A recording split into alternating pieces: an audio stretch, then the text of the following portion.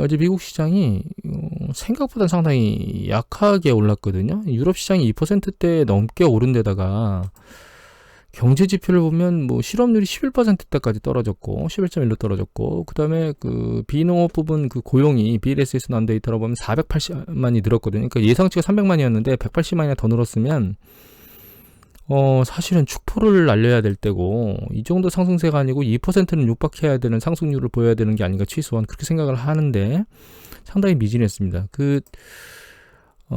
저희가 이 데이터를 한 달치 정도를 다시 거꾸로 보면 6월 초에 정점을 쳤거든요. 이게 굉장히 빠른 속도로 밀고 올라왔잖아요. 한번 쉬었다가 확 다시 들렸는데 뚝 떨어졌다가 코로나 재확산 어쩌고저쩌고 이런 얘기 나서 뚝 떨어졌다가 다시 반등한 다음에 옆으로 횡보를 하고 이렇게 내려서 올라왔는데, 최근에 그 경제 지표들이 나오는 추이를 보면 사실 이 정도 강도가 아니고 이 전고점을 돌파했어야 되는 강도가 아닌가, 올라왔을 때 패턴을 놓고 보면. 그런데 그렇지 못한 걸 놓고 생각해 보면, 일단은 락다운 이후에 심각하게 위축됐던 투심이 급격하게 반전되면서 밀고 올라오고, 또 그 경제가 재개되면서 전월 대비 경제 지표가 계속 좋게 나오는 것을 근거로 지금까지 계속 밀고 올라오는데, 그 상승 방향에 대한 투자 심리는 이미 일단락된 게 아닌가 이런 생각이 듭니다, 개인적으로는. 그리고 이제 어제자를 이제 봉으로 보면, 이렇게 선으로 보면 급등했다가요, 급등하자마자 다시 밑으로 확 꺼졌어요. 그러다가 좀 올라가는 것 같더니 다시 후반부에 밀렸거든요. 그래서 결과적으로는 이제 그 코로나 상황이 악화되는 상황의 패턴에 약간 투심이 이제 경제 지표의 반응이 둔감화된 것 같아요. 근데 중요한 거는 향후에도 이런 경제 지표가 이런 추세를 보일 것이냐라는 논점에서 생각해 보면, 일단 코로나가 악화일로 과정으로 갈 때는 주식시장이 밑으로는 안 밀린다 하더라도 위로 올라가긴 상당히 어려운 상황을 현재는 보여주고 있는 것 같습니다. 그래서 코로나 진전 상황이 가장 중요한 이슈가 아닌가 이런 생각을 하고요. 좀 더 이제 고용 부분을 보면, 이제 실업률은 이제 높게는 14%대에서 이제 낮게 11%까지 내려왔는데, 이제 고용보험에 소속된 실업률을 보면 최근 내려오는 추세가 약간 둔화되고 있거든요, 속도가. 그리고 이제 신규 실업수당 청구 건수 마찬가지로 빠른 속도로 떨어지다가 떨어지는 속도가 둔화되고 있고, 지속적으로 실업수당을 청구하는 케이스도 내려오다가 그 내려오는 정도가 둔감된 상태입니다. 그러니까 이제 연준이나 이런 사람 의원들이 얘기하는 이 회복 속도가 상대적으로 그렇게 빠르진 않을 거라고 얘기하는 것들이 일단 고용 측면에서는 나타나고 있는 걸로 보이고요. 그 존스 홉킨스 데이터를 보면, 일단 이제 이게 파란 선이 이게 그 테스트한 사람들 중에서 코로나를 확진된 사람들의 확진율이에요. 근데 보시면 이게 7%, 그러니까 7주 이동 평균선이 7.1%까지 올라갔습니다. 이게 4.4%대까지 떨어졌거든요. 그러니까 거의 한 70% 올라온 거죠. 굉장히 빠른 속도로 늘어나고 있고, 그래서 이게 CDC 데이터인데 그 7월 1일자 확진자가 54,000명으로 역대 가장, 그러니까 코로나 발생 이후 미국 환자 중에 가장 많이 증가한 상태입니다, 패턴이. 이투데이 뉴스 기사, 미국 코로나19 확산에 경영 정상화가 지연되고 있다. 애플 매장 이제 77곳이나 폐쇄를 했는데, 이 내용에서 이제 중요한 건 그건 것 같아요. 밑에 보시면 애플 스토어는 대부분 사람의 엉내가 활발한 대형 쇼핑몰이나 쇼핑센터에 있는데, 이게 이제 애플 스토어가 다시 닫는다는 것은 소매업체들의 영업재해가 지연되고 있다는 부정적인 지표로 받아들인다는 거죠. 맥도날드도 21일 동안 추가 재개장을 중단시킨 상태고, 또 한 가지 이제 아시아 경제 기사에 보면 미 경제가 V자 아닌 영루트 형으로 성장할 것이다라고 얘기를 하고 있는데, 이 경제활동 지수라고 하는 게 이미 제가 여러분들한테 보여드렸던 여러 가지 있잖아요. 뭐 예를 들면 그 여객자 숫자, 그다음에 대중교통 사용하는 정도, 뭐 호텔 예약하는 것도, 레스토랑 예약하는 이런 건수들을 보여드렸는데, 쭉 중과 추세를 보이고 있다 최근에 이렇게 둔화되고 있습니다. 중과 추세가 멈춘 상태예요. 그래서 여기 보면 이제 그 미국의 연방준비제도 이사회가 9일하고 10일 공개한 의사록을 보면, 만약 코로나 바이러스가 지속적으로 늘어나면 올해 말 리세션이 더 악화될 수 있다고 경고했어요. 물론 최악을 얘기하는 경고라는 측면이 있긴 하지만 가능성이 있다라고 오픈한 것에 대해서 우리가 약간은 무게감을 좀 둬야 되는 게 아닌가 생각을 하고요. 여기 보시면 JP모건 같은 경우는 이건 우리가 이미 알고 있잖아요. 그 경제 재개 이후 사람들이 식당과 바 등에서 소비를 한 지 3주가 지나 코로나 13에 19가 재확산 조짐이 확인됐다. 이는 경제재개 조치와 코로나19 간의 강력한 상호관계가 있다. 이 상호관계 있는 거 저희가 이미 확인했고, 그러니까 이제 이거는 뭘 의미야? 또 한 가지 여기 보시면 샌프란시스코 연방준비은행 총재는 이런 회복 신호라고 보기에는 아직 불분명하다. 현재 이제 일어나고 있는 어떤 그런 경제 지표나 것들이 더욱이 정부가 강조하는 미국의 경제가 V자 반등을 하고 있다는 주장에 대해서는 더욱 동의하기가 어렵다. 이렇게 얘기가 나왔습니다. 이건 S&P 글로벌 쪽에 있는 건데요. 이제 코로나 상황 이후에 다른 것들을 좀 생각해 보면 여기 보시면 이게 체사피크 에너지 쪽에 좀 긴 라인, 그러니까 어려움을 겪고 있는, 고군분투하고 있는 그 업체들이 많다 이런 얘기를 하는 거거든요. 근데 여기 보시면 이게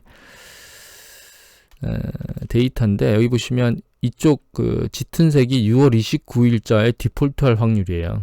가능성. 그다음에 이게 파란 거는 작년 말이거든요. 근데 여기 보면 하나, 얘네들 쭉 전부 다 상당히 높아졌죠. 그래서 이미 제가 많은 기업들이 파산할 가능성이 있다라고 보여드리는데 오일 가격이 지금 $40대에 와 있잖아요. 그럼에도 불구하고 역시 오일 쪽은 파산할 가능한 기업들을 많이 가지고 있다 이런 것들을 보여드리고 싶고, 또 한 가지 이제 S&P 글로벌 역시 여기 기사인데 여기 보시면 이제 일본 은행이 코비드 사태로 인해서 그 해외 그 CLO 투자가 위험하다고 경고를 했거든요. 이거는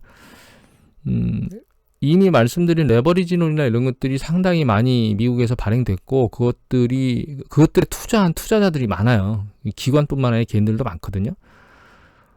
이미 어제 보여드렸지만 1조 2천억 달러 정도의 그 레버리지론이 지금 현재 잔고가 있는데 그쪽에서 뭔가 문제가 생기면 예전에 CDO처럼 글로벌 금융위기 때 역시 금융시장에 충격을 주지 않을까라고 하는 부분 때문에 이 기사를 골랐고요.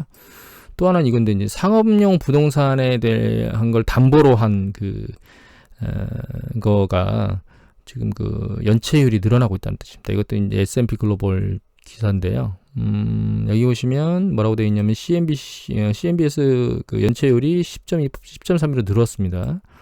5월달보다 더 올라갔고 계속 올라가는 추세예요. 물론 뭐 2012년도에 했던 것보다는 낮아요. 0.02% 낮은 상태인데 그 중에 이제 6.25%는 아주 심각합니다. 그리고 여기 보시면 이제 뭐라고 되어 있냐면 호텔하고 리테일 쪽이 약한데 굉장히 이제 충격이 셌는데 이제 호텔 쪽이 한 24.3% 차지하고 그다음에 이제 호텔이 24.3%가 연체. 그다음에 리테일 세일 쪽에 18.07%가 연체 중에 있다는 거예요. 그러니까 역시 사람이 돌아다니면서 뭔가를 해줘야 되는 영역에서 그 상업부동산 쪽에서도 연체를 일으키고 있어서 지금 레버리지론에 대한, 그러니까 그 채권에 대한 부분도 있지만 부동산 쪽에 있는 부분도 여파가 밀려가고 있다라고 보입니다. 그래서 2차 여파가 강할 경우에 특히 상업부동산 쪽에는 충격이 더 가지 않을까 이런 생각을 하게 되네요. 그리고 이제 바이든 당선에서 대한 건데 이건 어제 기사를 보여드렸죠. 조선비지에서 나온 바이든 당선되면 거주지를 옮겨서 증여세 때문에 이제 거주지를 옮기는 겁니다. 상당히 많이 이게 주마다 다르니까 미국 같은 경우에는 주마다 그러니까 세금 잘 주는 주하고 잘 해주는 주하고 안 해주는 주하고 집을 두 채 가지고 있어야 될 것 같아요. 바이든이 이제 트럼프가 없앤 거 다 소득세, 법인세, 양도세, 여기 자본소득세도 또 포함되는데 그런 것들을 이제 전부 다 올리겠다고 했고 오늘 새벽 어제 본 기사는 이거가 더운데 이거 조선비즈에서 나왔는데 바이든이 당선된다는 것 때문에 월가에서 미국 주식하고 달러의 비중을 줄이라고 했다는 거예요. 이게 바이든이 당선되면 법인세를 인상하니까 주당 순이익 20% 감소할 거다 이런 얘기를 하고 있거든요.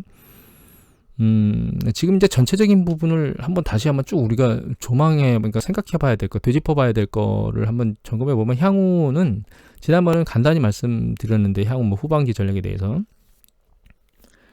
지금은 결론적으로는 그 락다운이라고 하는 전대미문의 일이 발생하면서 투심이 굉장히 심각하게 위축됐다가 경제 재개를 트럼프가 이제 재선을 위해서 진행해서 경제가 좋아지는 것 같이 보였는데 전월 대비 이제 지표들이 계속 좋아졌죠.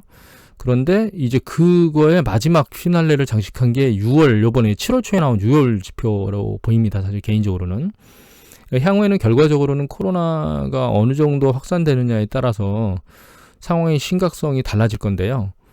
일단 탄력을 한번 받았고 이미 이제 앞에 기사에도 봤지만 경제를 재개하게 되면 확진자 수가 늘어난다고 하는 이 정비례 관계를 가지고 있기 때문에 결과적으로 하반기에 전반기에 있었던 그런 그 경제 재개에 대한 확장 속도를 유지할 수 있겠느냐가 전 개인적으로 물음표입니다. 그래서 7월달, 그러니까 8월부터 보게 되는 7월 지표, 8월 지표, 9월 지표는 사실은 안 좋은 패턴 쪽으로 전월 대비 안 좋은 패턴 쪽으로 나올 수 있는 가능성이 높은 게 아닌가라는 생각을 하게 되고요.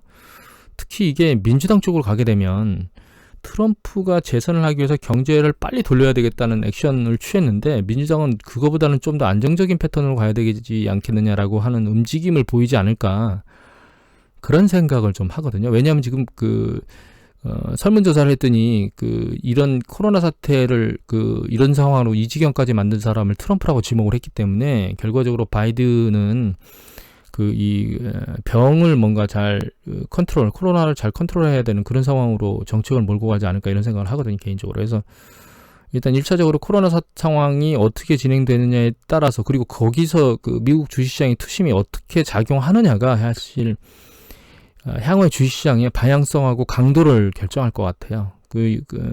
코로나가 심각해지고 경제지표가 심각하다고 보도가 나오는데도 불구하고 주식시장이 안 밀린다면 이건 유동성하고 광기의 승리라고 일단 봐야 되겠죠. 그러면 그때는 이제 포트폴리오에 대한 부분을 어떻게 해야 될지 고민을 좀 해봐야 될 것 같고, 그렇지 않고 이제 밑으로 쓸려 내려가면 예측한 대로 움직이는 거겠죠. 저는 아까 영루트라고 했는데 영루트가 아니고 아마 W자를 그리는 형태로 움직일 거라고 생각을 하고 있습니다, 개인적으로는. 그래서 이제 요번에 하반기에 바닥을 찍게 되면 그게 일단 단기적으로는 바닥이 끝이 아닌가, 이런 생각을 하고 있거든요, 개인적으로는. 어디에서 찍을지는 모르겠지만. 그리고 또 한 가지 이제 우려가 되는 건, 바이든이 당선될 것이 거의 유력시 되고 확실시 되면 이미 여기 얘기가 나오고 있지만 이렇게 포지션을 줄이라고 얘기를 했잖아요. 그 다음에 이제 이런 권고들이 주식시장에 사실 약간 부정적이죠. 이런 것들이 주식시장에 이제 하방압력으로 작용할 거고, 가장 판단하기 어려운 게 사실은 과거에 있었던 패턴입니다. 이게 무슨 얘기냐면, IT 버블 붕괴 때도 이미 예전에 보여드렸지만 미국의 금융기관이 파산을 했어요. 그때 아마 4개인가 그랬던 것 같아요. 당해년도 2001년도에는요 아마. 그리고 글로벌 금융 때 굉장히 많이 파산했는데, 지금은 올해 들어서 사실 2월 달에 파산했는데, 2월 달에 은행 파산은 사실은 코로나 사태하고 상관이 없고 4월 달에 또 두 번째 파산이 있었거든요. 근데 그것도 코로나 사태하고는 전 상관이 없다고 보고 있거든요. 그래서 실제로 코로나 사태 발병 이후에 파산하는 은행이 아직 없습니다. 그런데 레버리지론도 많이 발생된 상태에 트리플 C로 평가받는 기업들도 많이 있죠. 그 다음에 파산을 대기한 기업들이 사실은 많다고 보이는데, 2차 유행이 다시 오면 기업들이 파산이 많이 일어나고 그게 은행 파산에 대한 영향력으로 작용할 거라고 저는 생각하고 있는데, 그러니까 채권 시장의 요동하고 그다음에 파산으로 인한 은행의 파산까지 여파가 진행될지 안 될지, 이 두 가지가 사실은 향후의 주식시장의 바닥을 결정하는 중요 이슈로 작용할 거라고 생각하고 있는데, 이게 발생할지 안 발생할지 판단하기가 상당히 어렵습니다, 지금은. 통상적으로는 항상 그런 일이 있었는데 지금은 그런 일이 있을 수 있을지는 사실 이제 지켜봐야 될 것 같고, 이제 그런 일이 터지면 실제로 진바닥을 찍고 올라갈 거라고 생각하고 있습니다. 일단은 판단이 굉장히 쉽지 않은 상황이고, 향후의 진행이 어떻게 될지가 예측이 진짜 깜깜하거든요. 근데 일단은 향후에 나오는 지표들을 보면서 주식시장이 어떻게 반응하는지를 유심히 좀 지켜봐야 될 것 같고, 이제는 윗방향에 대한 가능성보다는 아랫방향에 대한 가능성이 점점점 커지고 있는 상황이다라고 하는 부분을 잘 지켜보셔야 될 것 같고, 역시 모든 뉴스의 핵심은 이 미국의 확진자 수가 어느 정도 증가하고 어느 정도 팽창하는가, 이 부분에 아마 초점을 갖고 보도들을 집중해서 보시는 게 좋을 것 같습니다. 오늘은 이것으로 마치도록 하겠습니다. 감사합니다.